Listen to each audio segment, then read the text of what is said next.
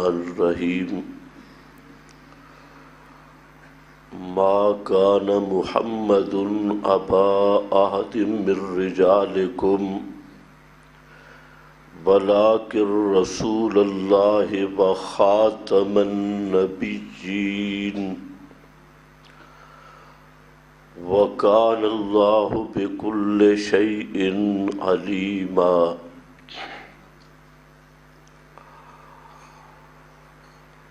سبحان ربک رب العزت عما یصفون وسلام علی المرسلین والحمد للہ رب العالمین۔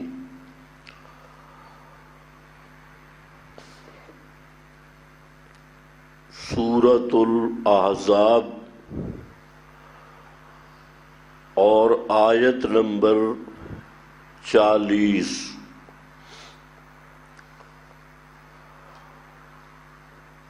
اس آیت میں اللہ رب العزت نے نبی کریم صلی اللہ علیہ وسلم کے خصائص کا ذکر کیا۔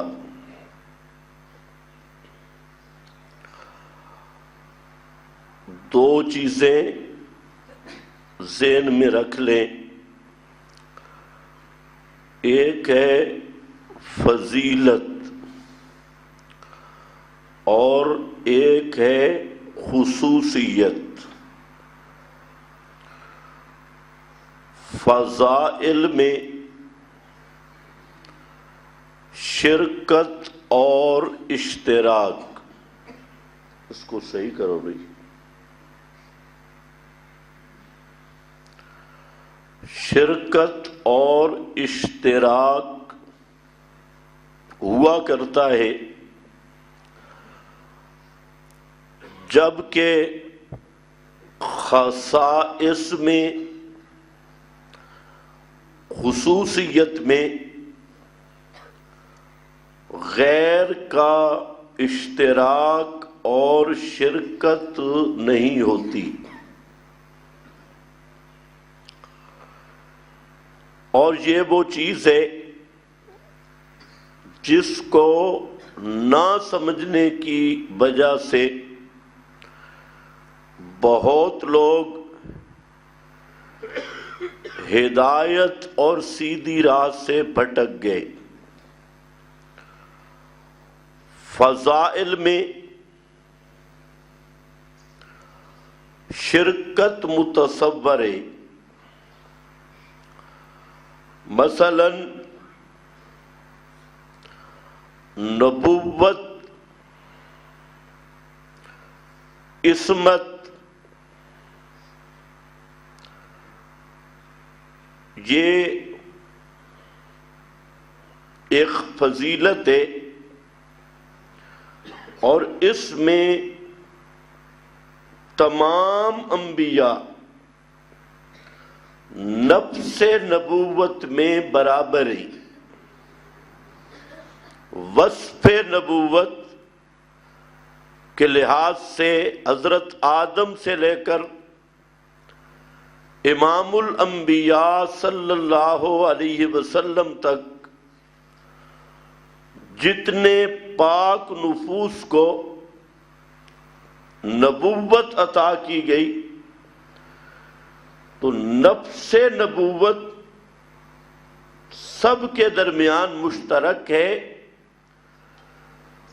اور نفس نبوت کے لحاظ سے ان میں کوئی فرق نہیں ہے۔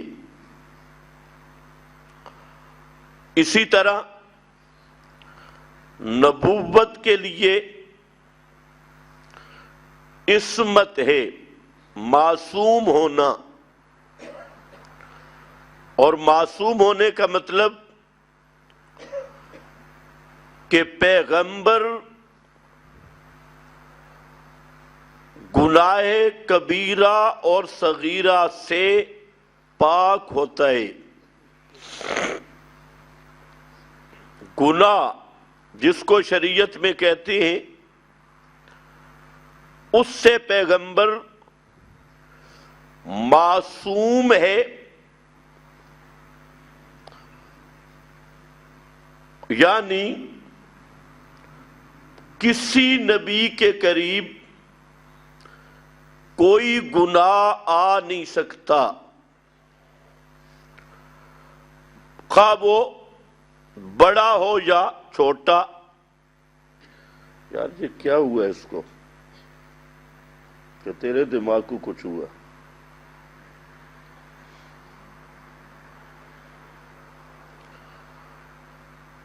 خواہ بڑا ہو یا چھوٹا، جس کو علماء کہتی ہیں کبائر صغائر، یہ معنی اچھی طرح ذہن میں رکھ لو۔ آج کل بعض بڑے علم کے مدعی وہ عصمت کا معنی کر رہے ہیں معصوم عن الخطأ والنسیان، اور دعویٰ کرتے ہیں کہ ہم اہل العلم ہیں، حالانکہ یہ کفر بھی ہے اور ضلالت بھی ہے، جہالت بھی ہے۔ نسیان کا کیا معنی؟ بھولنا۔ خطا کا کیا معنی؟ چوک جانا۔ تو خطا اور نسیان سے پاک ہونا یہ خاص معبودیت ہے، خاص الوہیت ہے۔ لا یضل ربی ولا ینسا، اور یہ جہالت مذہب حق، مذہب اہل سنت کو نہ سمجھنے کی وجہ سے بڑے بڑے حضرات سے صادر ہو رہی ہے۔ تو ہماری عادت نہیں ہر بات پہ تبصرہ کرنا، لیکن جن چیزوں کا تعلق عقائد کے ساتھ ہے، جب ان میں کوئی لوگ گڑبڑ کرتے ہیں تو پھر آپریشن فرض ہو جاتا ہے۔ تو اس لیے ان صاحبان سے بھی میری گزارش ہے کہ اس سے توبہ کریں، جو کہتے ہیں معصوم کا معنی ہے معصوم عن الخطأ والنسیان، خطا اور نسیان سے معصوم، محفوظ، پاک ہونا یہ انبیاء کا خاصہ نہیں۔ دیکھو حضرت آدم میں اللہ نے خود فرمایا فَنَسِيَ آدم وَلَمْ نَجِدْ لَهُ عَزْمًا، حضرت آدم نے جو وہ درخت کھایا، اللہ تعالیٰ نے خود اس کی توجیہ بیان کی، فرمایا نَسِيَ آدم، آدم بھول گئے، وَلَمْ نَجِدْ لَهُ عَزْمًا، ہم نے اس کا عزم نہیں پایا۔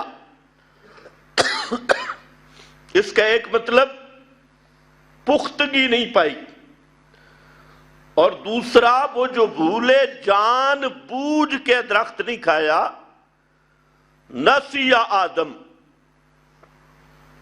آدم بھول گئے۔ حضرت موسیٰ علیہ السلام مچھلی بھول گئے، وہ جو تھیلے میں رکھی تھی،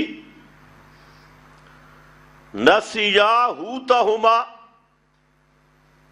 بھول گئے۔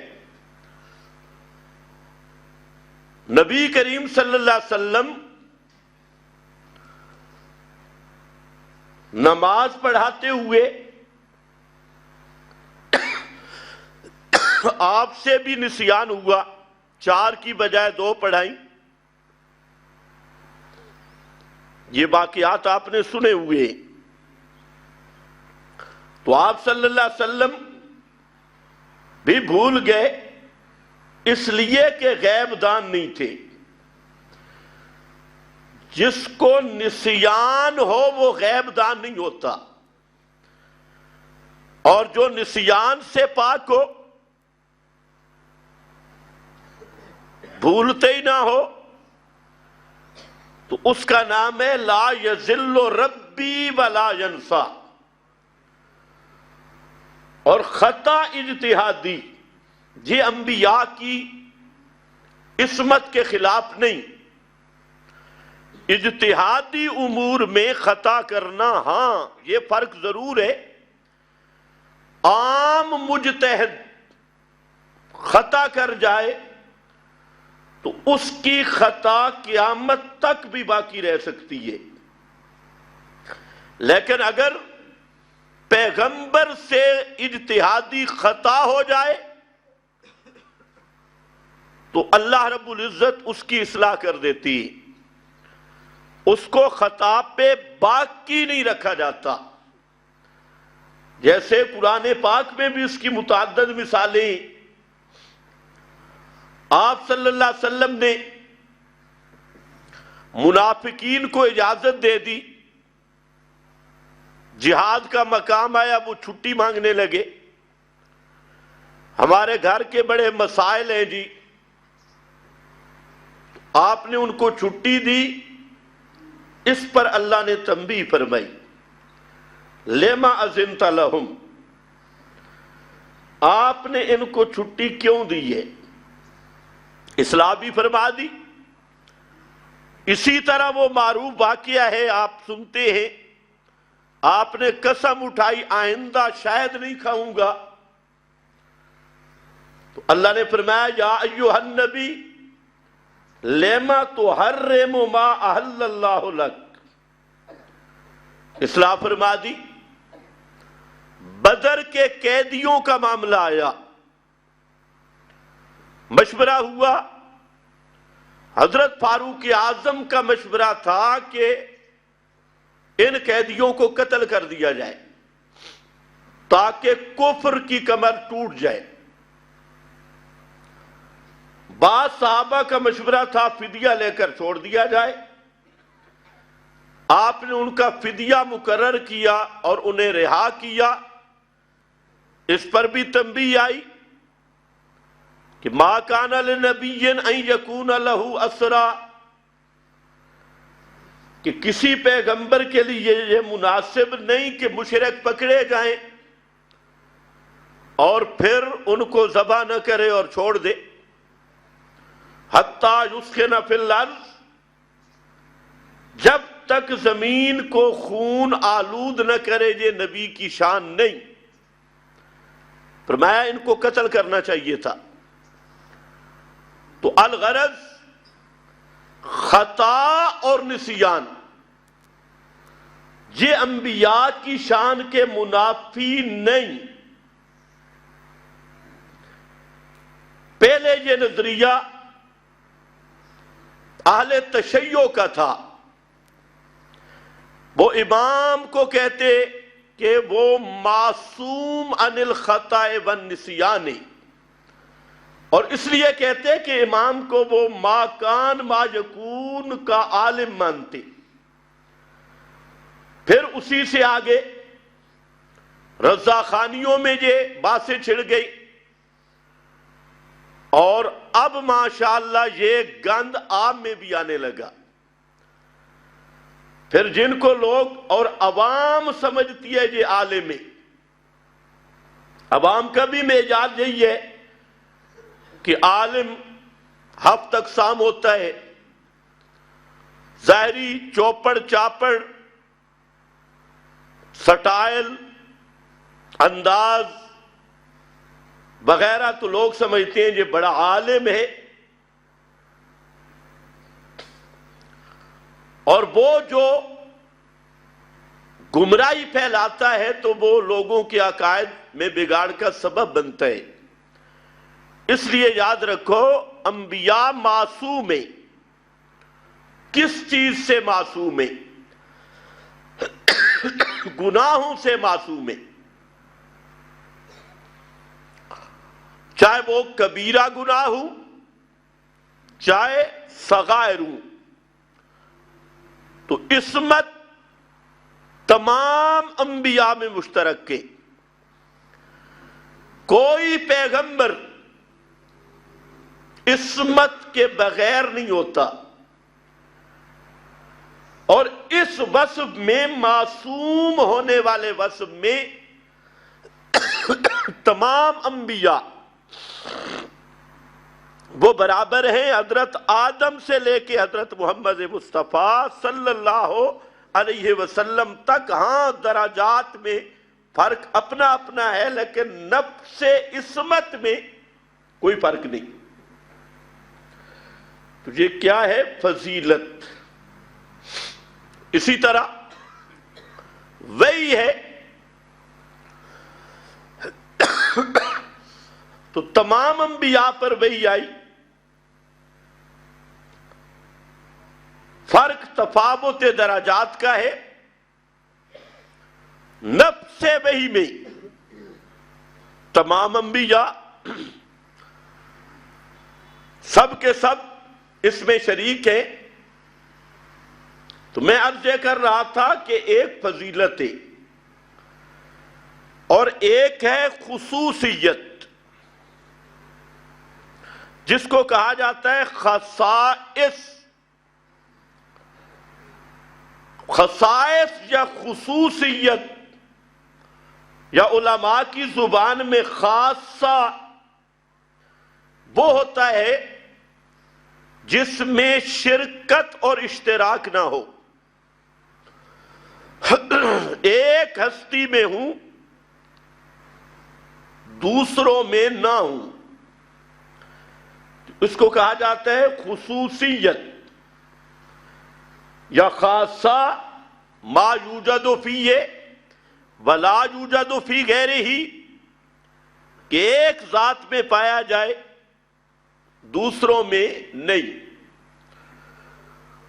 تو امام الانبیاء صلی اللہ علیہ وسلم کے جو خصائص ہیں،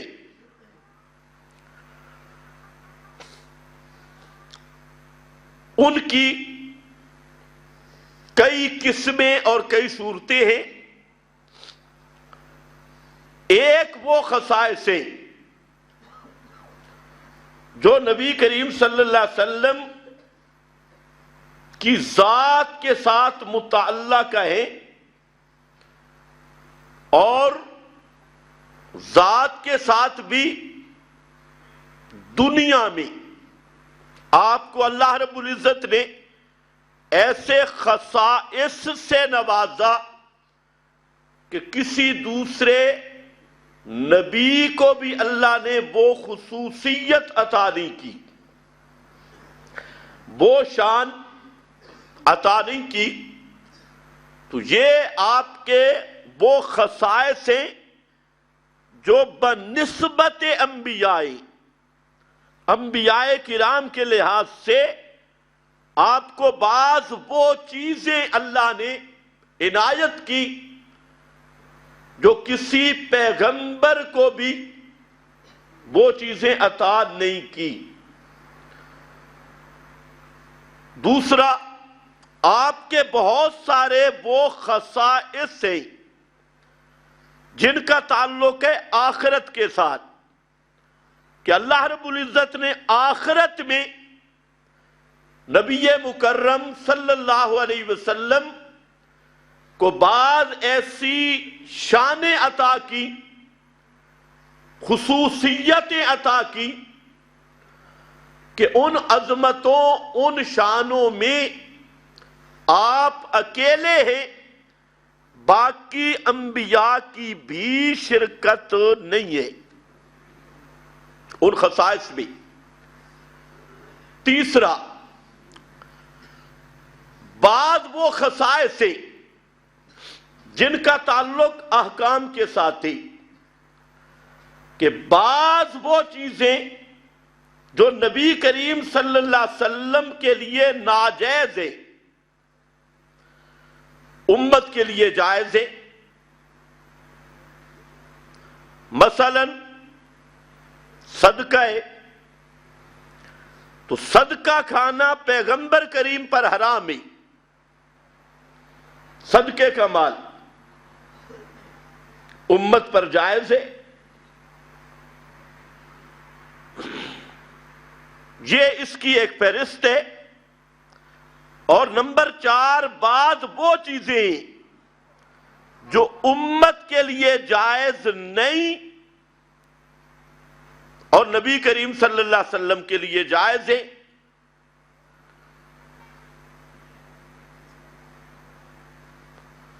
امتی وہ کر بھی نہیں سکتا۔ مثلا وصال کا روزہ ہے، صوم وصال، روزہ وصال کئی دن تک بغیر افطاری کے مسلسل روزہ رکھنا۔ مثلا آج روزہ شروع کیا تو 3 دن تک کوئی نہ پانی کا ایک گھونٹ پینا ہے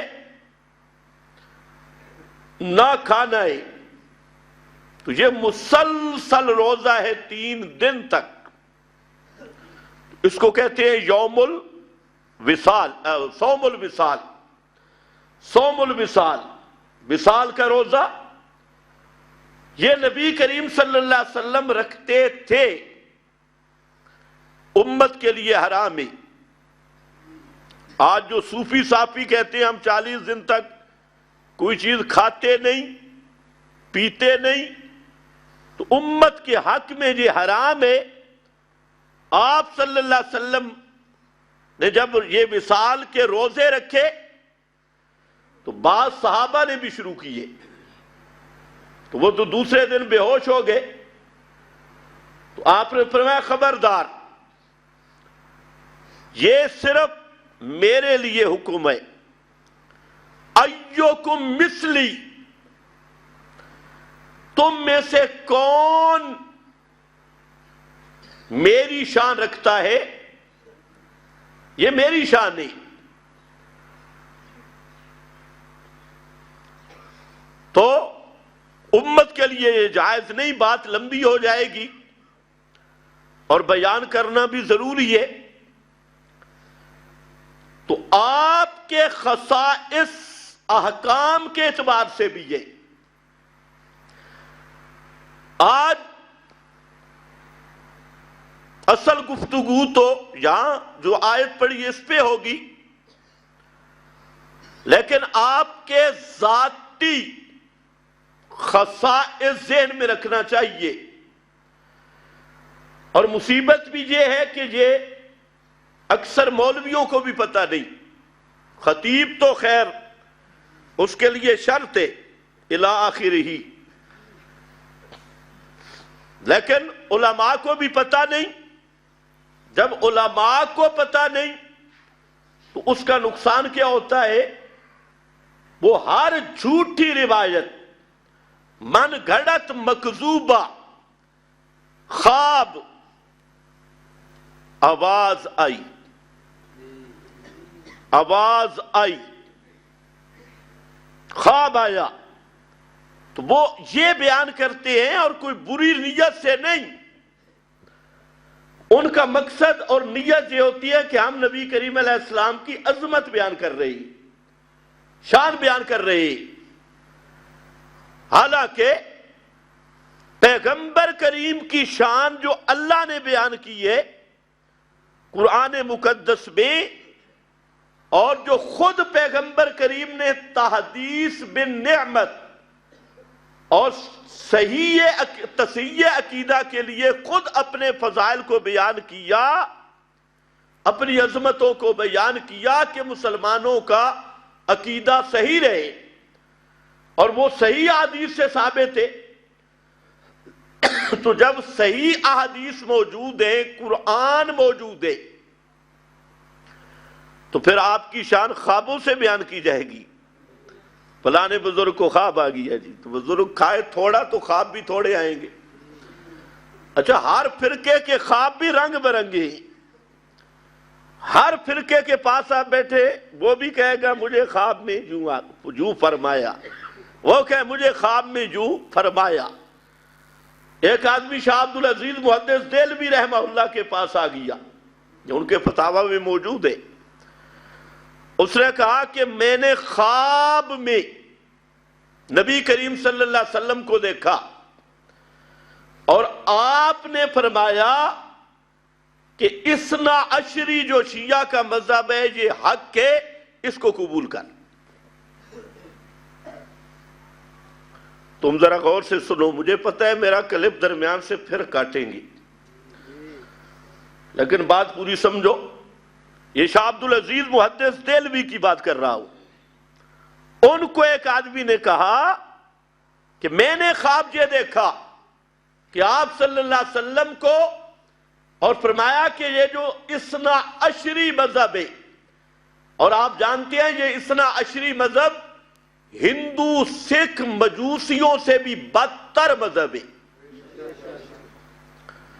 تو کہتے ہیں آپ نے فرمایا کہ یہ مذہب حق ہے، اس کو قبول کر۔ حضرت شاہ عبد العزیز رحمت اللہ علیہ تو خاتم المحدثین تھے، وہ کوئی عام مولوی نہیں تھے، اور رد رفض میں وہ سپیشلسٹ تھے۔ ان کی تحریرات آدمی دیکھے پتہ چلتا ہے۔ تو حضرت شاہ صاحب نے اس کے 5 کے قریب جواب دیے۔ ایک جواب یہ دیا کہ آپ کی زیارت خواب میں حق کے، حدیث میں آ گیا کہ من رآنی فی المنام فقد رآنی ان الشیطان لا یتمثل بصورتی۔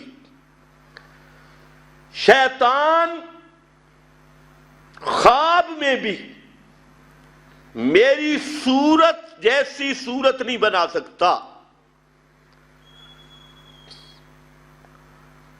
خواب میں بھی میری صورت جیسی صورت نہیں بنا سکتا۔ کمال تو ان کی ہے جو کہتے ہیں شیطان آپ کی آواز جیسی آواز بنا کے سورہ نجم کے ساتھ ٹکڑے ملا دیتا ہے۔ یہ بھی وہ روایت پرستی کا بھوت ہے، لکھا جو پڑھا ہے۔ پیغمبر کی صورت ایسی پا کے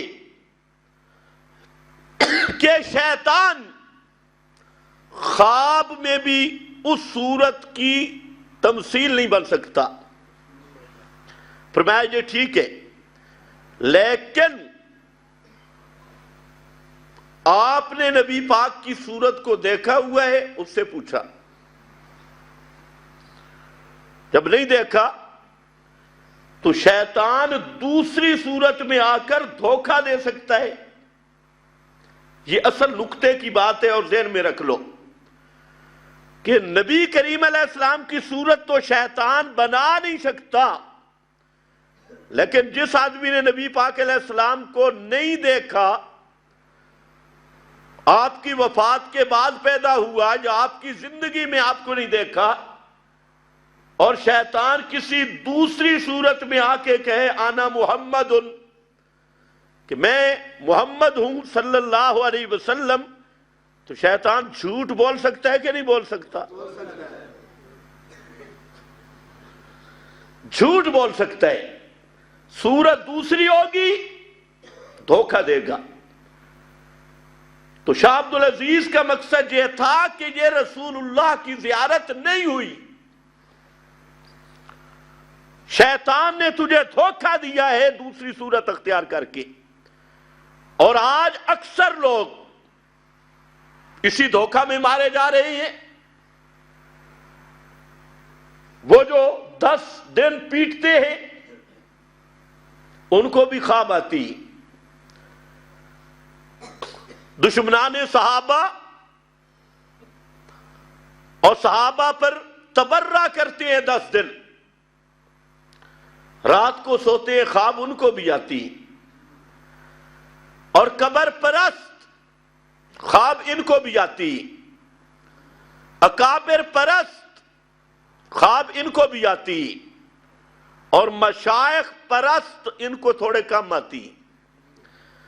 خواب سب کو آ رہی ہے۔ اگر یقین نہ آئے تو طاہر القادری کے خواب سن لو، الیاس قادری کے خواب سن لو، ہمارے ریونڈ والے بھائیوں کے خواب سن لو، خواب آ رہی اور یہ خواب کو دین بنا کے بیٹھ گئے۔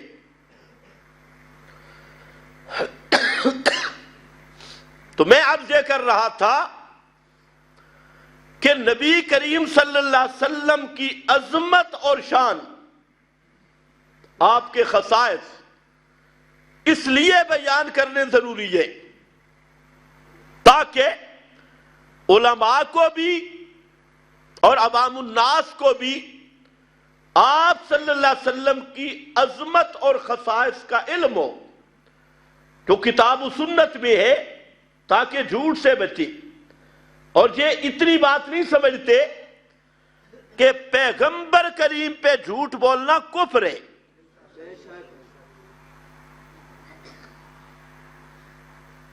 نبی کریم علیہ السلام پہ عمدن جان بوجھ کے جھوٹ بولنا یہ کفر ہے۔ تو جب جھوٹ بول کے، جھوٹی روایتیں بیان کر کے آپ کی شان بیان کریں گے تو اللہ تعالیٰ کا قرب ملے گا یا لعنت ملے گی؟ اس سے ان کو غصہ آ جاتے ہیں۔ ہم کہ خدا کے بندو جھوٹ نہ بولو۔ ویسے تو ہم پابندی نہیں لگا سکتے، مولوی اور جھوٹ نہ بولے، 14ویں صدی کا ملا ہو، لیکن کم از کم اتنا تو صبر کر لو، نبی کریم علیہ السلام پہ جھوٹ چھوڑ دو، آپ کے بارے میں نہ بولو۔ تو آپ صلی اللہ علیہ وسلم کو اللہ تعالی نے بے شمار خصائص عطا کیے جو آپ کا خاصہ ہے۔ مثلا ایک خصوصیت ہے کہ آپ کی ختم نبوت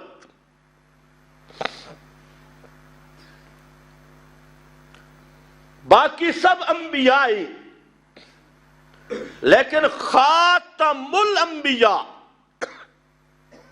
یہ حضرت محمد مصطفیٰ صلی اللہ علیہ وسلم، یہ آپ کا وہ خاصہ ہے، ختم نبوت، خاتم الانبیاء ہونا۔ اگر اس میں غور کیا جائے تو یہ خاصہ آپ کی سب عظمتوں کا جامع ہے اور سب عظمتوں کو اپنے ضمن میں لینے والا ہے۔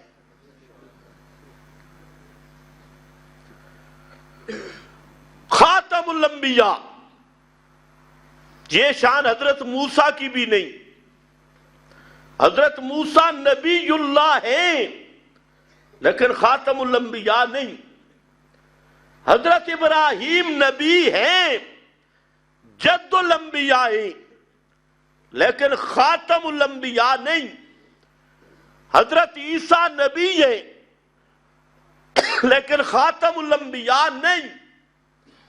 انبیاء کی فہرست میں تو 1.25 لاکھ کے قریب انبیاء ہیں، لیکن خاتم الانبیاء ہونا صرف حضرت محمد الرسول اللہ کا خاصہ ہے۔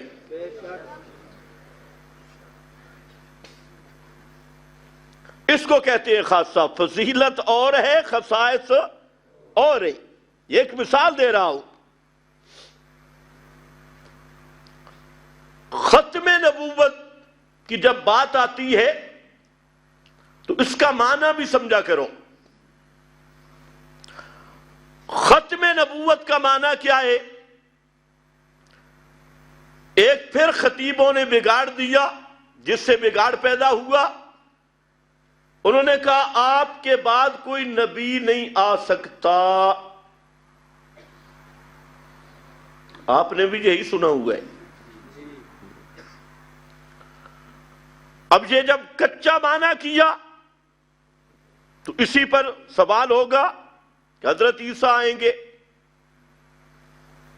اور وہ وصف نبوت پہ باقی ہوں گے۔ پھر یہ کہنا آپ کے بعد کوئی نبی نہیں آئے گا، تو ایک معنی خود غلط کیا، غلط معنی کر کے اس کا نتیجہ یہ نکلا کہ ایک پارٹی تو کھڑی ہو گئی، انہوں نے نزول عیسیٰ کا انکار کر دیا اور بہانہ یہ بنایا حضرت عیسیٰ نے نازل نہیں ہونا، حضرت عیسیٰ ابھی تک زندہ نہیں، اگر حضرت عیسیٰ کا نزول مانا جائے تو یہ ختم نبوت کے خلاف ہو جائے گا۔ ایک جاہلوں کی پارٹی یوں کھڑی ہو گئی اور دوسری طرف وہ دجال قادیان کے پیروکار، انہوں نے نیٹ پہ مینڈکوں کی طرح شور مچا دیا اور عوام الناس کو گمراہ کیا کہ دیکھو جی ایک نبی تم بھی مانتے ہو، ایک نبی ہم بھی مانتی، تم کہتے ہو اسرائیلی نبی آئے گا، ہم کہتے ہیں اسی امت کا نبی آ چکا ہے۔ کچھ سمجھ آئیے آپ کو میری بات؟ یوں وہ دھوکہ دیتی۔ یہ سب مصیبت کس بات کی آئی؟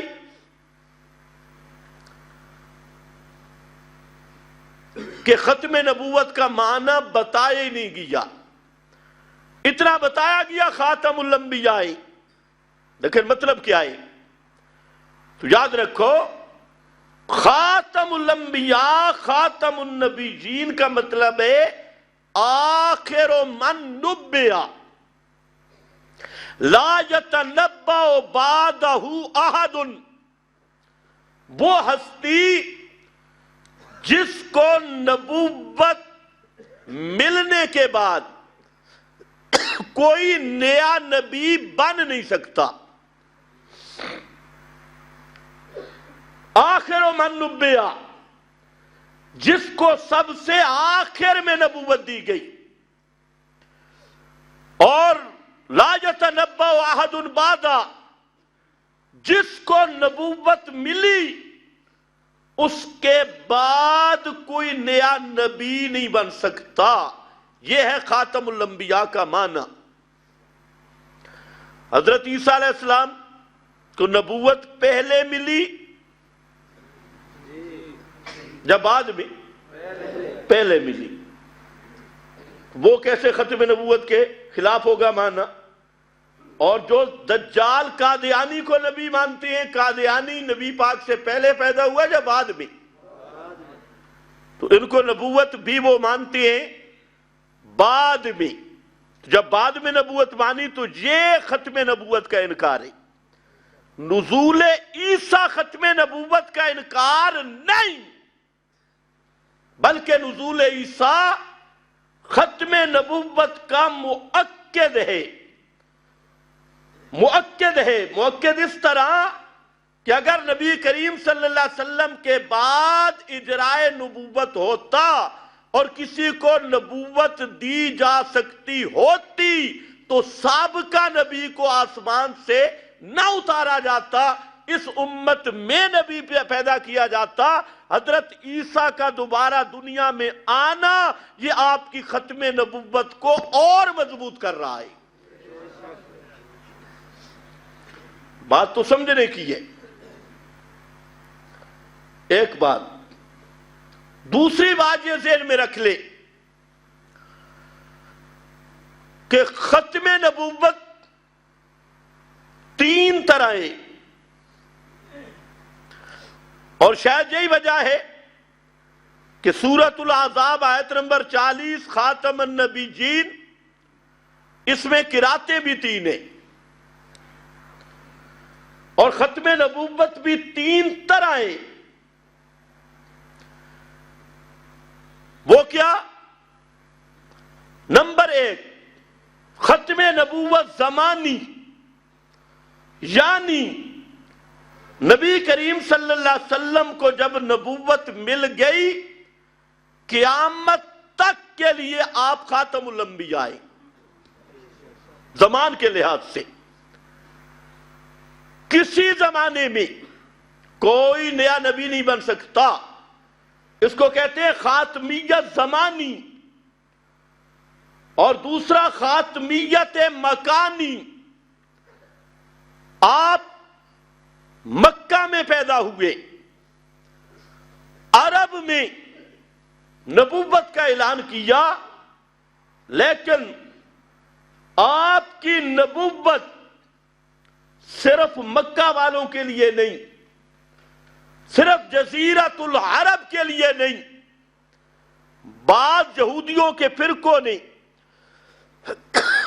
آپ کو نبی مانا، لیکن انہوں نے کہا یہ عرب کے امیوں کے نبی ہے، ہمارے نہیں، خاص خطے تک۔ لیکن آپ کی ختم نبوت کی شان یہ ہے کہ کل کائنات، تمام اقالیم عالم میں، ہر بر اعظم، ہر ایریا، ہر علاقہ، جہاں پر بھی مکلف مخلوق ہے، ان پر نبی کریم علیہ السلام کی نبوت پہ ایمان لانا فرض ہے، اور آپ کی نبوت پر ایمان لانا ہر ایریے والوں کے لیے ضروری ہے۔ یہ کیا ختم نبوت؟ مکانی، اور قرآن اس پہ موجود ہے۔ آپ کی بعثت عامہ، فرمایا قل یا ایھا الناس انی رسول اللہ الیکم جمیعا، انی رسول اللہ الیکم جمیعا۔ حضرت شیخ مانا کرتے تھے یا ایھا الناس، او بندے دے پترو، اعلان کر میرا پیغمبر، او بندے دے پترو، یعنی جو بندہ، جو انسان ہے جہاں بھی ہے، اس کے لیے رسول میں ہوں۔ جو بندے دا پتر ہی نہیں، مسلمہ کذاب دا پتر ہے، کیا قادیانی دجال دے تے اس دی مرضی۔ قادیانی نے لکھا ہے کہ انا انزلنا فی قادیان، انا ارسلنا رسولا فی القادیان، ہم نے قادیان میں رسول بھیجے۔ یہ اس نے اپنی بہی بنائی ہے، بھیجا ہے۔ لیکن یاد رکھو، پیغمبر محمد مصطفیٰ کی نبوت اور رسالت کل کائنات کے لیے۔ یا ایھا الناس انی رسول اللہ الیکم جمیعا، میں رسول ہوں، اے انسانوں، اے لوگوں، میں تم سب کی طرف رسول ہوں۔ کس کا؟ الذی لہ ملک السماوات، بادشاہی اس کی ہے، یہی پیغام لے کے آیا ہوں۔ لہ ملک السماوات، اور فرمایا وما ارسلناک الا کافۃ للناس بشیرا ونذیرا، وما ارسلناک الا کافۃ للناس، میرے پیغمبر ہم نے تمام انسانوں کے لیے آپ کو کافی بنایا، بشیر اور نذیر، خوشخبری سنانے والا اور ڈر سنانے والا۔ کافۃ للناس، عام، ہر علاقہ کے لیے۔ یہ دلال یاد بھی کیا کرو، جو نئے ہیں وہ سمجھیں، جو پرانے ہیں تو ان کو یاد بھی کریں۔ آج اس مسئلے کی سخت ضرورت ہے۔ آپ کے ملک میں ختم نبوت کے منکرین بڑے بڑے عہدوں پہ بیٹھے ہیں، بڑے بڑے افیسر، بڑے بڑے خاص عہدوں پہ یہ دجالی گروہ قابض ہے، اور مسلمان کو پتہ ہی نہیں اپنے عقائد کا، اپنے ایمان کا۔ تو یہ اصل آپ کی شان ہے جو کتاب و سنت نے بیان کی ہے، اور اس شان کے بغیر ایمان نصیب ہی نہیں ہو سکتا۔ کافۃ للناس بشیرا ونذیرا، اور فرمایا وما ارسلناک الا رحمۃ للعالمین، میرے پیغمبر ہم نے آپ کو بھیجا رحمۃ للعالمین، رحمۃ للعرب نہیں، رحمۃ للعالمین، تمام جہانوں کے لیے رحمت کا باعث بنا کر بھیجا، باعث رحمت بنا کر بھیجا، رحمت للعالمین۔ تو یہ بھی دلیل ہے کہ آپ کی نبوت تمام امکنات، تمام اکالیم عالم کے لیے ہے۔ اسی پر نبی کریم صلی اللہ علیہ وسلم نے فرمایا لا یسمع بی یہودی ولا نصرانی، باقیوں کی بات چھوڑو، یہود نصارہ جو اہل کتاب ہیں دنیا کے کسی کونے پر بھی ہوں، جنہوں نے میری بعثت کا سنا بلم یؤمن بہ، اور مجھے نہیں مانا، مجھ پہ ایمان نہیں لائے، تو وہ سیدھے جہنم میں جائیں گے۔ تو تمام کائنات پہ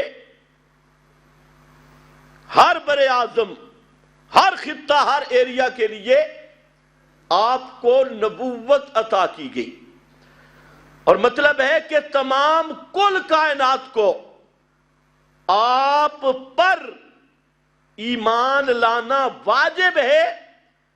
یہ نہیں کہ کوئی کہے آپ عرب کے نبی ہیں، ہم عجمی ہیں، آپ مشرق وسطیٰ کے نبی ہیں، ہم مغربی لوگ ہیں، یا مشرق بعیدہ کے لوگ ہیں، یا بر اعظموں کی تقسیم کرے، نہیں، زبانوں کی تقسیم کرے، نہیں۔ پیغمبر کریم کی نبوت فرمایا انی بعثت، مجھے بھیجا گیا ہر احمر اور اسود کے لیے، ہر رنگ والا، ہر خطے والا، ہر بولی تہذیب تمدن والا، وہ مکلف ہے کہ نبی آخر الزمان حضرت محمد مصطفیٰ کا کلمہ پڑھے، آپ پہ ایمان لائے۔ یہ کیا ہے؟ ختم نبوت مکانی۔ اور تیسرا ہے ختم نبوت رتبی، مرتبے کے لحاظ سے جتنے کمالات ابدیت تھے وہ سب کے سب کمالات آپ پر مختتم ہوئے، آپ پر منتہی ہوئے۔ تمام کمالات ابدیت، فضائل اور شان ابدیت کے آپ آخری رتبہ پہ فائز ہیں۔ پیغمبر کریم اسی معنی میں افضل الخلق علی الاطلاق ہے، سب سے آپ کی شان اوپر ہے۔ جہاں مخلوق کی ساری شانیں ختم ہو جاتی ہیں تو آپ کی شان بلندی کے لحاظ سے آخری ہے، اور اس لحاظ سے نبی کریم صلی اللہ علیہ وسلم خاتم الانبیاء بھی ہے۔ تو ختم نبوت کے کتنے معنی ہیں؟ 3۔ ختم نبوت زمانے کے لحاظ سے، ختم نبوت مکان کے لحاظ سے، ختم نبوت شان کے لحاظ سے، مرتبے کے لحاظ سے۔ اب اس پر بعض علمی ابحاث سے ان تینوں کو اگر جوڑا جائے تو معال ایک ہی بنتا ہے۔ تو یہاں پر آیت میں قراتیں بھی 3 ہیں، ایک ہے وَلَٰكِن رسول اللہ وَخَاتَمَ النَّبِيِّينَ، اور ایک ہے ختم النبیین، ماضی ختمہ، اور ایک ہے خاتم النبیین، خاتم، خاتم، ختمہ، 3 طرح پڑھا گیا، اور تینوں کا معنی کیا گیا آخر النبیین۔ اب یہاں پر ایک بات سمجھو، مرزائی کہتی ہیں کہ ہم بھی آپ کو خاتم الانبیاء مانتی ہیں، لیکن سب نبیوں کے آخری نہیں، بعض نبیوں کے آخری ہیں۔ اس کو وہ مانتے ہیں ختم نبوت اضافی، اور وہ کہتے ہیں کہ یہ جو النبیین پہ الف لام ہے یہ عہد خارجی کا ہے، اور اس سے مراد ہے بعض انبیاء کے آخری، نہ کہ سب انبیاء کے آخری۔ یہ ایک علمی اشکال ہے۔ تو جواب یہ ہے کہ ہم ان سے پوچھتے ہیں کہ تمہارا استدلال کس بنیاد پہ ہے؟ عربیت کی بنیاد پہ ہے یا شیطنت کی بنیاد پہ ہے؟ اگر عربیت کی بنیاد پہ ہے تو عربی قواعد میں سب اہل اصول متفق ہیں کہ جب جمع پہ الف لام آ جائے تو اس کو استغراق کا کہا جاتا ہے، کل انبیاء کے خاتم، بعض انبیاء کے نہیں۔ اب خیال کرو، موڑ بڑا مشکل ہے، آپ ہی چلیں گے۔ خاتم الانبیاء، سب انبیاء کے خاتم۔ دلیل کیا ہے؟ کہ نبی جین جمع ہے، اور اس پہ کیا آ گیا؟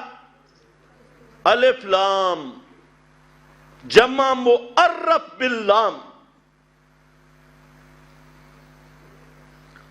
مرزا کہتے ہیں نہیں، الاصل فی اللام العہد، تو اصل تو لام میں عہد خارجی ہے۔ تو ہم کہتے ہیں یہ بھی مرزا کے کذب بیانی کے لیے کافی ہے۔ وہ جو الاصل فی اللام العہد ہے وہ مفرد کا ضابطہ ہے، اور الاصل فی اللام جمع میں استغراق جنس ہے، اور وہ مفرد ہے۔ اب مفرد کو فٹ کر دیا جمع پر، تو مرزا کے جھوٹے کذاب ہونے کے لیے یہ خیانت ہی کافی ہے۔ لیکن مسلمان تو سارے سمجھ گئے ہوں گے بھئی جمع پہ الف لام آئے تو کوئی بھی رہتا نہیں، سب کو شامل ہے۔ بڑا مشکل مسئلہ۔ جیسے النبیین پر الف لام آئے، انک لا تسمع الموتى پر بھی الف لام ہے۔ وہ الف لام مرزا کو سمجھ نہیں آ رہا، اور یہ مرزا کے کزن کو سمجھ نہیں آیا۔ وہ کہتے ہیں نہیں، ہم عام مردوں کے سننے تو قائل نہیں ہیں، انبیاء کے سماع کے قائل ہیں۔ یہ نہیں آیا، تو ہم کہتے ہیں انبیاء کے سماع کے قائل و سننے کے، تو قرآن کیا کہتا ہے؟ انک لا تسمع الموتى۔ یہ الموتى جمع پہ الف لام آیا، اور جو جمع پہ الف لام آئے وہ سب کو شامل ہوتا ہے، کسی کو چھوڑتا نہیں۔ یہ انبیاء کو بھی شامل، غیر انبیاء کو بھی شامل۔ اور اگر تم کہو نہیں جی انبیاء سنتے ہیں، تو میرا دوست پھر سوچ تیرے اور قادیانی میں کیا فرق رہے گا؟ وہ بھی جمع کے الف لام میں ڈنڈی مار رہا ہے، تو بھی جمع کے الف لام میں ڈنڈی مار رہا ہے۔ تو یہاں پر بھی الموتى آیا، الموتى۔ قادیانی نے کہا کہ نبوت دو قسم پر ہے، ایک نبوت ہوتی ہے حقیقی، یہ دوسرا ان کا اعتراض ہے، حقیقی نبوت، اور ایک نبوت ہے ذلی، بروزی۔ جتنی آیات میں یا احادیث میں ختم نبوت کا مسئلہ بیان کیا گیا، اور یہ بیان کیا گیا خاتم النبیین لا نبی بعدی، تو اس سے حقیقی نبوت کی نفی ہے، بروزی نبوت کی نفی نہیں۔ اور میں کون ہوں؟ معاذ اللہ، بروزی نبی، ذلی نبی، بروزی۔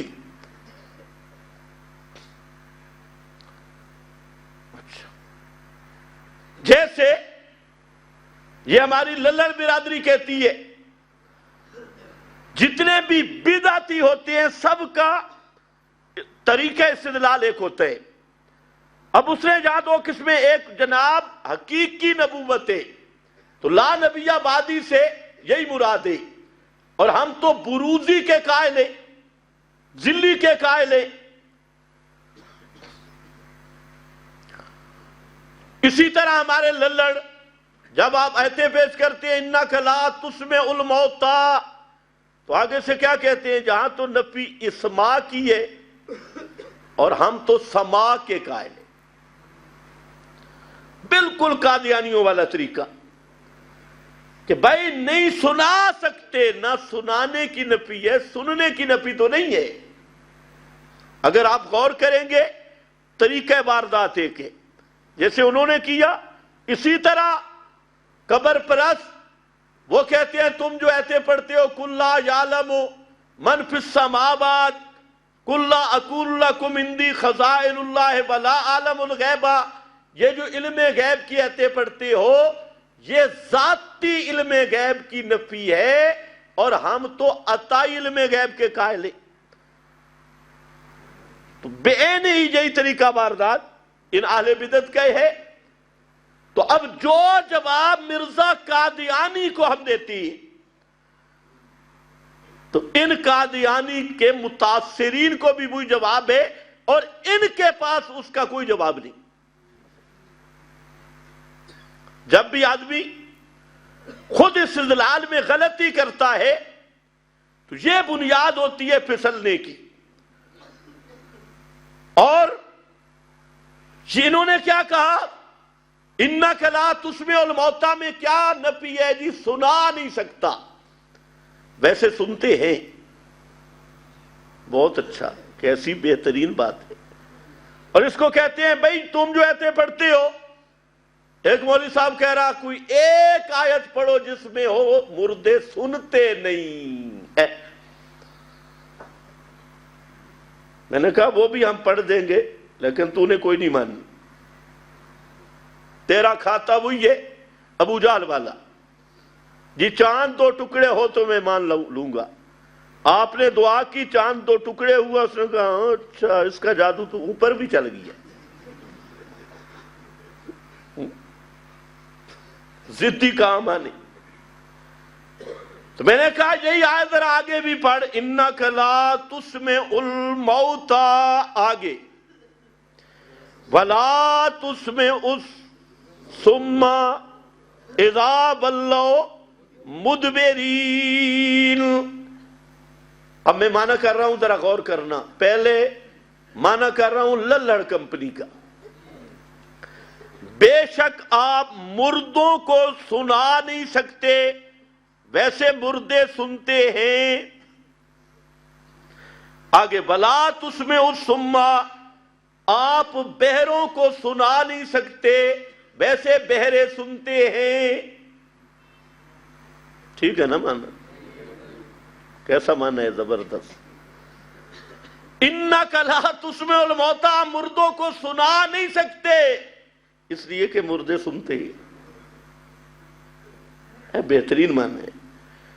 وَلَا تُسْمِعُ الصُّمَّ، آپ بہروں کو سنا نہیں سکتے اس لیے کہ ہاں وہ سنتے ہیں آپ سنا نہیں سکتے. زبردست معنی. اِنَّكَ لَا تَهْدِي، آپ اندھے کو دکھا نہیں سکتے ویسے اندھا دیکھتا ہے. زبردست معنی ہے بھئی، شاباش. اس کو قرآن فہمی کہتی. ایک مولوی صاحب کہہ رہا تھا بلو اذا بلو مدبرین، جب مردے پیٹھ دے کے بھاگ رہے ہو.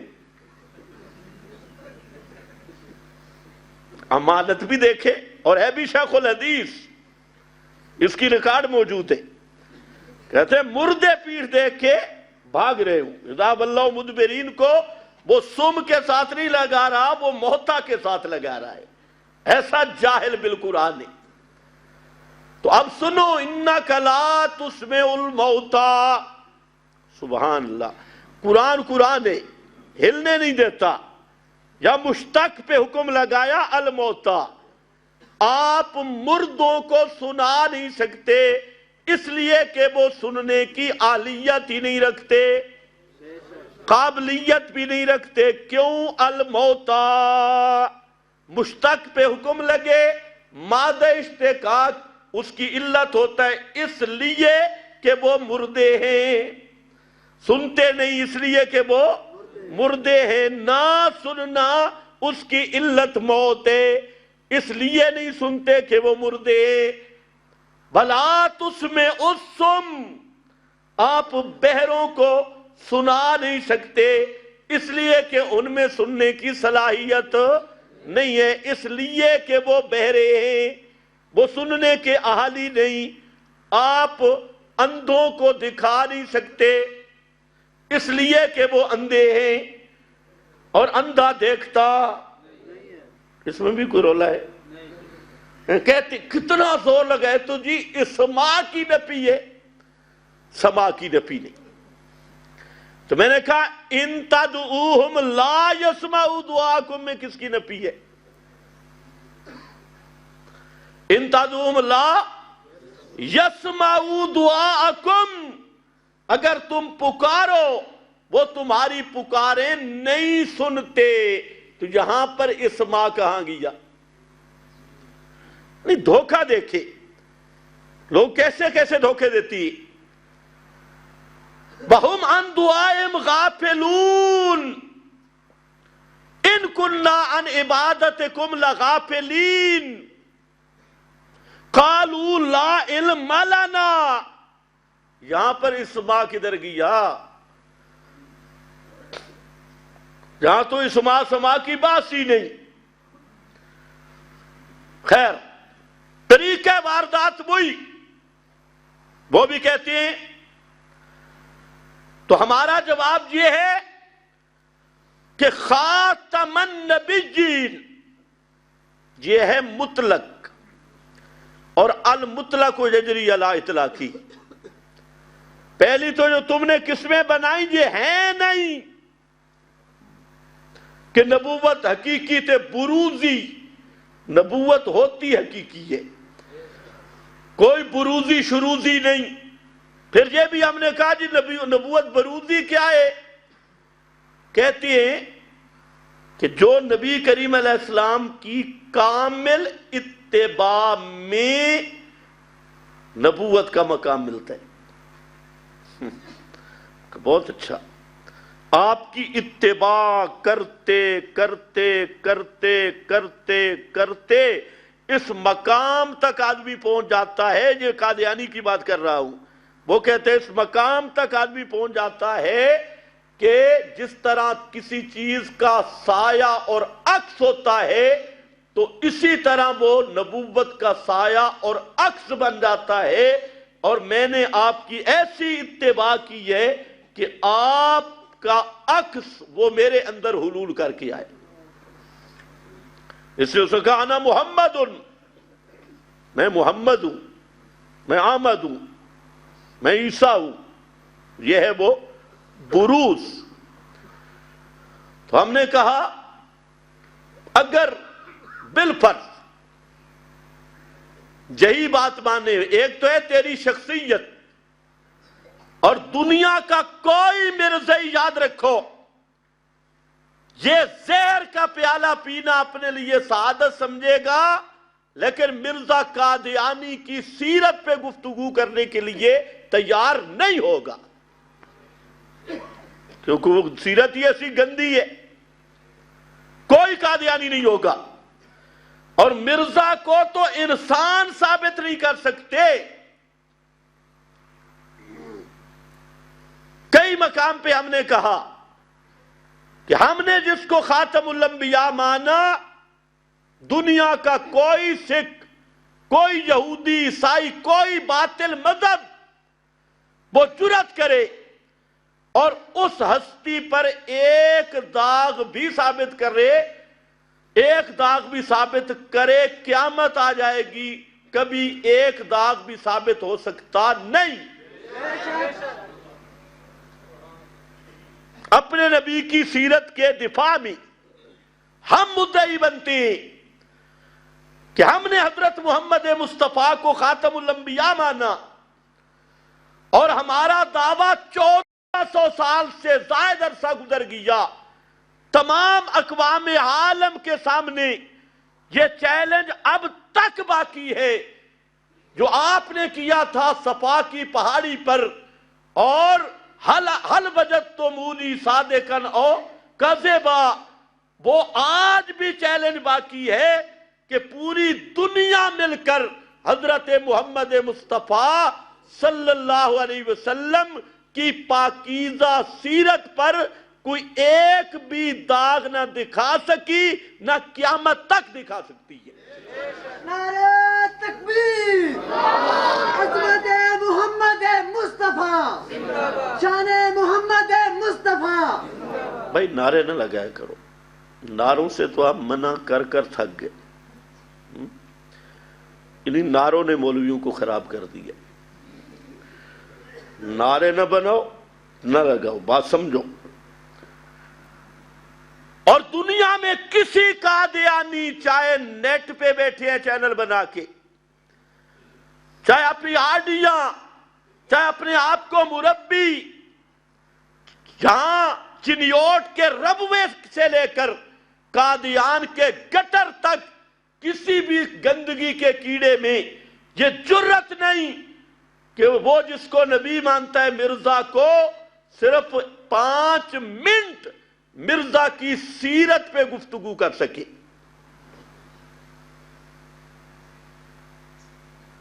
کسی پہلو پر بھی مزہ آ گیا، مانتے اس کو نبی ہے، مرزے کو، اور مرزے کی سیرت پر 5 منٹ گفتگو کرنے کے لیے تیار نہیں۔ انہیں پتہ ہے کہ یہ انگریز کا بنایا ہوا نبی ہے، اور انگریزی نبی جس پر بئی بھی آئی تو آئی لو یو، یہ اس کی بئی ہے، آئی لو یو۔ اور فرشتہ جو آیا کہتے ہیں ٹیچی ٹیچی، فرشتوں کا نام ٹیچی ٹیچی، یہ وہی ٹیچی ٹیچو تھا جو ملکہ وکٹوریہ کی طرف سے آیا، ٹیچی ٹیچی۔ خیر، میں عرض یہ کر رہا تھا کہ قادیانی تو انسانیت کے دائرے سے بھی خارج ہے، اور میں پہلے بھی عرض کر چکا ہوں، پہلے جنہوں نے جھوٹی نبوت کا دعویٰ کیا ان میں کچھ نہ کچھ اوصاف بھی تھے۔ مسیلمہ کذاب تھا، بڑا بے ایمان، اس نے نبی کریم علیہ السلام کو خط لکھا اور من مسیلمۃ رسول اللہ یہاں شروع کیا، اور کہا کہ میں بھی اللہ کا رسول ہوں اور آپ کو بھی میں اللہ کا رسول مانتا ہوں، اس لیے آدھی زمین آپ کی آدھی میری ہے۔ وہ جو ایلچی گئے خط لے کر، آپ نے ان سے پوچھا بھائی مسیلمہ کے بارے میں تم کیا کہتے ہو؟ انہوں نے کہا رسول اللہ۔ آپ نے فرمایا اگر یہ بات نہ ہوتی کہ ایلچیوں کو قتل کرنا درست نہیں تو میں تم دونوں کو جہاں قتل کر دیتا۔ اور آپ نے وہاں لفظ فرمایا کذاب، مسیلمہ کذاب، اور وہاں کا لفظ ایسے مشہور ہوا، آج 1400 سال گزر گئے، ہر ایک کے نام پہ ہے مسیلمہ کذاب۔ اس میں بھی کشش تھی، ایک عورت نے نبوت کا دعویٰ کیا اسی دور میں، تو اور یہ جتنے جھوٹے نبی اس وقت بنائے یہودیوں نے بنائے، مسلمانوں کو تقسیم کرنے اور فتوحات کو روکنے کے لیے۔ یہ تو اللہ کی رحمت ہوئی ابو بکر صدیق پر رضی اللہ تعالی عنہ، کسی نے صدیق کو پڑھا نہیں۔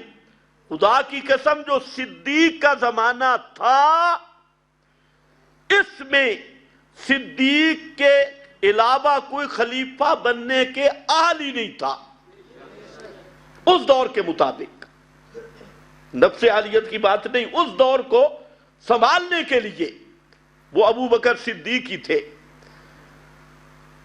یہ ایک لمبی بات تھی، ہر طرف سے جھوٹے نبیوں کے سلسلہ شروع ہو گیا، وہ عورت آئی اپنی نبوت کا دعویٰ کر کے کہ میں بھی نبی ہوں، اور بڑا لشکر لے کے آئی.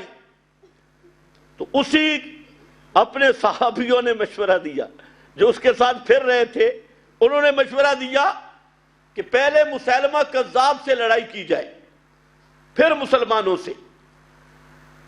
تو یہ مسیلمہ کے پاس گئی، حالانکہ مسیلمہ جو تھا وہ کالا کٹھا تھا اور دنیا کا بدصورت آدمی، شکل و صورت بھی نہیں تھی.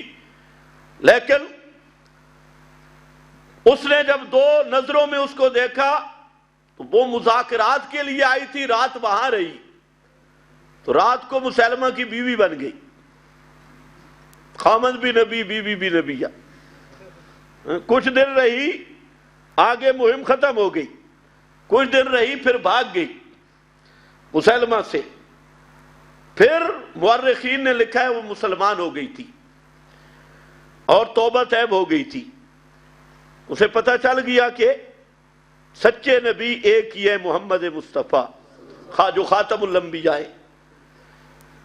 تو ہر جھوٹے مدعی میں کچھ نہ کچھ کشش، کوئی نہ کوئی وصف تھا. یہ قادیانی واحد دجال ہے کہ اس میں کوئی وصف بھی نہیں، لیکن لوگوں نے پھر بھی اس کو نبی مانا ہے. بڑے صغیر زرخیز ہے. تو میں عرض یہ کر رہا تھا بروز پر کامل اتباع میں نبوت ملتی ہے. اچھا، پھر گمراہ کرنے کا رنگ بھی دیکھو.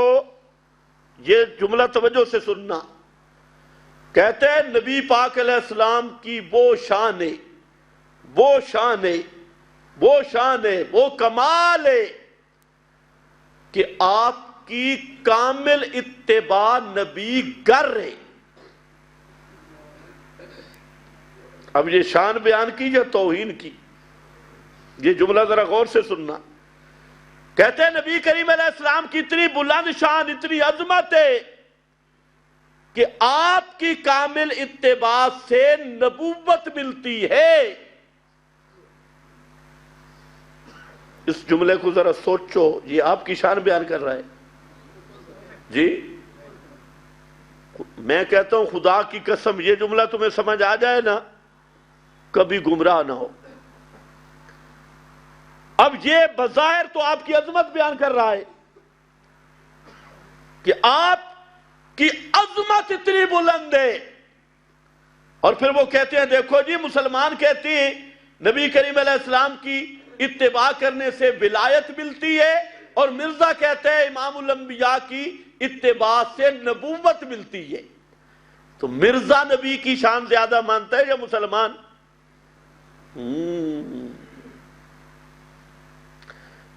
اس سے کیا ثابت ہوا کہ جھوٹی تعریف بیان کرنا یہ نبی کریم کی توہین ہے، جیسے مرزا نے کی ہے. اور کمال ہے، اس نے جب یہ شان بیان کی تو سارے مسلمان اس کے خلاف ہو گئے.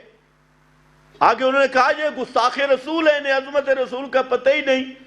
اور جہاں جو ہمارے ملا ہیں یہ نبی کریم علیہ السلام کی شان بیان کرتے ہوئے الوہیت کے ساتھ ملا دیتی، اور لوگ کہتے ہیں سبحان اللہ سبحان اللہ. اب ہم جو کہتے ہیں امام الانبیاء کی عظمت یہ ہے کہ جو آپ کی کامل اتباع کرتا ہے وہ ولی اللہ ہو جاتا ہے. یہ بات سچ ہے یا نہیں؟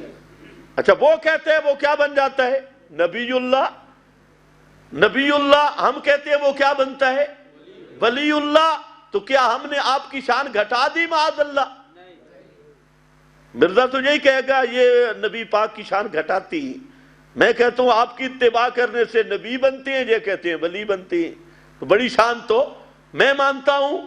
اسی نقطے کو سمجھ لو، جیسے مرزا نے بکواس کیا ہے اور بظاہر پیغمبر کی شان کا بہانہ بنا کر در حقیقت گستاخی کی ہے اور پیغمبر کریم کے اس خاصہ اس خصائص پر اور عظمت پہ حملہ کیا ہے، اسی طرح جو پیغمبر کریم کو ما فوق الاسباب سمیع مانتا ہے، عالم الغیب مانتا ہے، حاضر ناظر مانتا ہے، وہ لوگوں کو تو گمراہ کرتا ہے کہ میں آپ کی شان بیان کر رہا ہوں، حقیقت میں مرزا قادیانی سے بڑھ کر وہ نبی پاک کی توہین کر رہا ہوتا ہے۔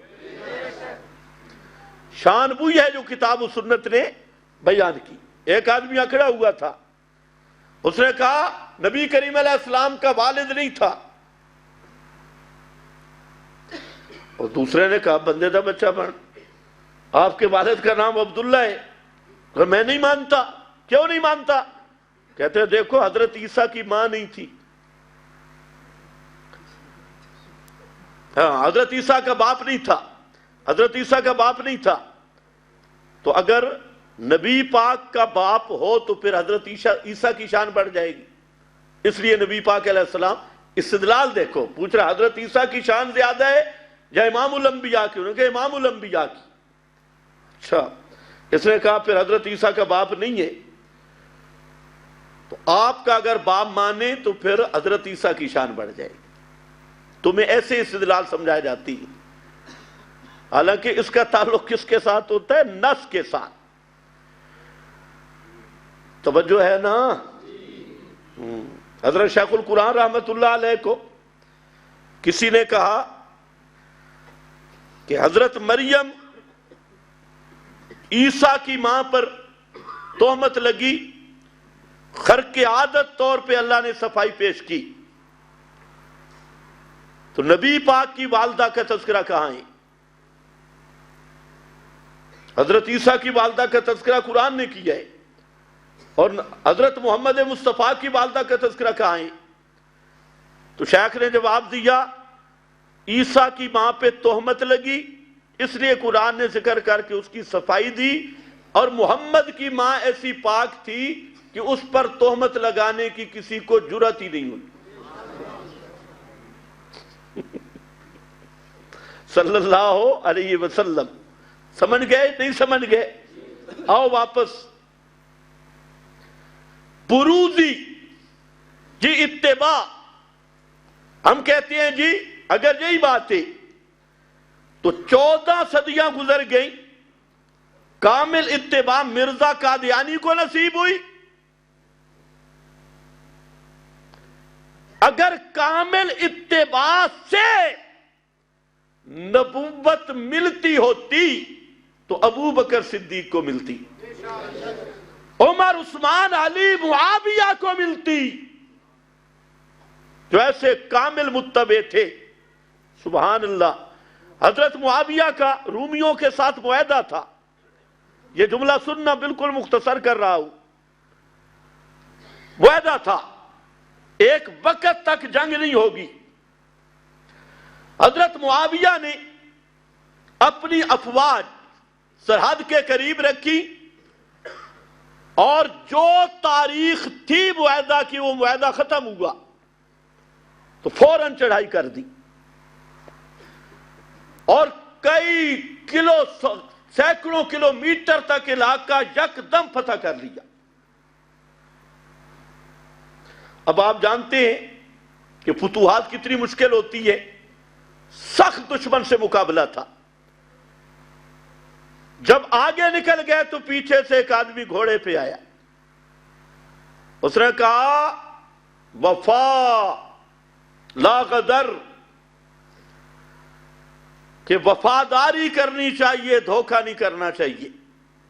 حضرت معاویہ نے دیکھا یہ بھی نبی کا صحابی تھا، حضرت معاویہ نے اس سے پوچھا کیا مطلب ہے؟ اس نے کہا آپ صلی اللہ علیہ وسلم نے فرمایا جب کسی قوم سے تمہارا معاہدہ ہو، وقت ختم ہو، تو ایک دوسرے کو اطلاع دے کر جنگ شروع کرو۔ تم نے اطلاع ہی نہیں دی اور یکدم حملہ کیا اور اتنے ایریوں پر فتح حاصل کر لی۔ اب یہاں پر تھوڑا سا سوچو، اور خصوصاً جس کا جہادی ذہن بھی ہو، علاقہ بھی فتح ہو گیا ہو، اتنا تو وہ کتنے بہانے کرے گا؟ لیکن حضرت معاویہ رضی اللہ تعالیٰ عنہ نے جب اس صحابی سے یہ حدیث سنی تو جتنے علاقے پتہ کر چکے تھے سب میں اعلان کیا کہ ساری فوجیں واپس چلی جائیں، جہاں سے چلی تھی وہاں چلی جائے۔ یہ ہوتی ہے اتباع، اتباع رسول اس حد تک۔ تو ان ذوات قدسیہ کو وہ بروزی کیوں نہیں ملی؟ اور اس قادیان کے کانے دجال، اس میں کون سی اتباع تھی؟ ایک نماز طہارت سے نہیں پڑھی، اس کو پیشاب کی مرض تھی جو ہر وقت جاری رہتا تھا، مکہ مدینہ کا راستہ نہیں دیکھا، حج عمرے تو اپنی جگہ پہ رہ گئے، زندگی میں ایک روزہ نہیں رکھا۔ یہ کامل اتباع ہو رہی ہے۔ رات کو ساری رنڈیاں وہ اس کی چاپی چوپی کرتی اور غیر محرم عورتوں کے ساتھ اختلاط، اور سب سے بڑا جو اس کی خواہش تھی کہ فلانی عورت مجھ پہ وہی آ گئی، فلانی عورت سے تیری شادی ہوگی، فلانی عورت سے تیری شادی ہوگی، وہ وہی بھی گئی عورت بھی گئی، ساری زندگی اسی میں پڑا رہا۔ تو بروزی۔ اب آؤ خاتم النبیین مطلق ہے۔ پہلے تو بروزی کی تقسیم ہی نہیں۔ اگر مان لی جائے ارخاء العنان کے طور پر تو المطلق یجری علی اطلاقہ ہی، خاتم النبیین مطلق سب انبیاء کے آخر، لا نبی بعدی یہ ایسے ہے جیسے لا الہ الا اللہ، لا الہ الا اللہ۔ ایک اور مولوی، خدا ان کو ہدایت دے، وقت ختم ہو گیا، وہ کہہ رہا ہے لا الہ الا اللہ جیسے لا صلاۃ الا لمن لم یقرأ بفاتحۃ الکتاب۔ یہ کہتے ہیں یہ لا وہی ہے جو لا الہ الا اللہ پہ کھڑا ہے۔ چلو آئندہ جمعہ پہ انشاءاللہ یہاں سے شروع کریں گے۔ وہ بھی جھوٹ بول رہا ہے، یہ بھی جھوٹ بول رہا ہے۔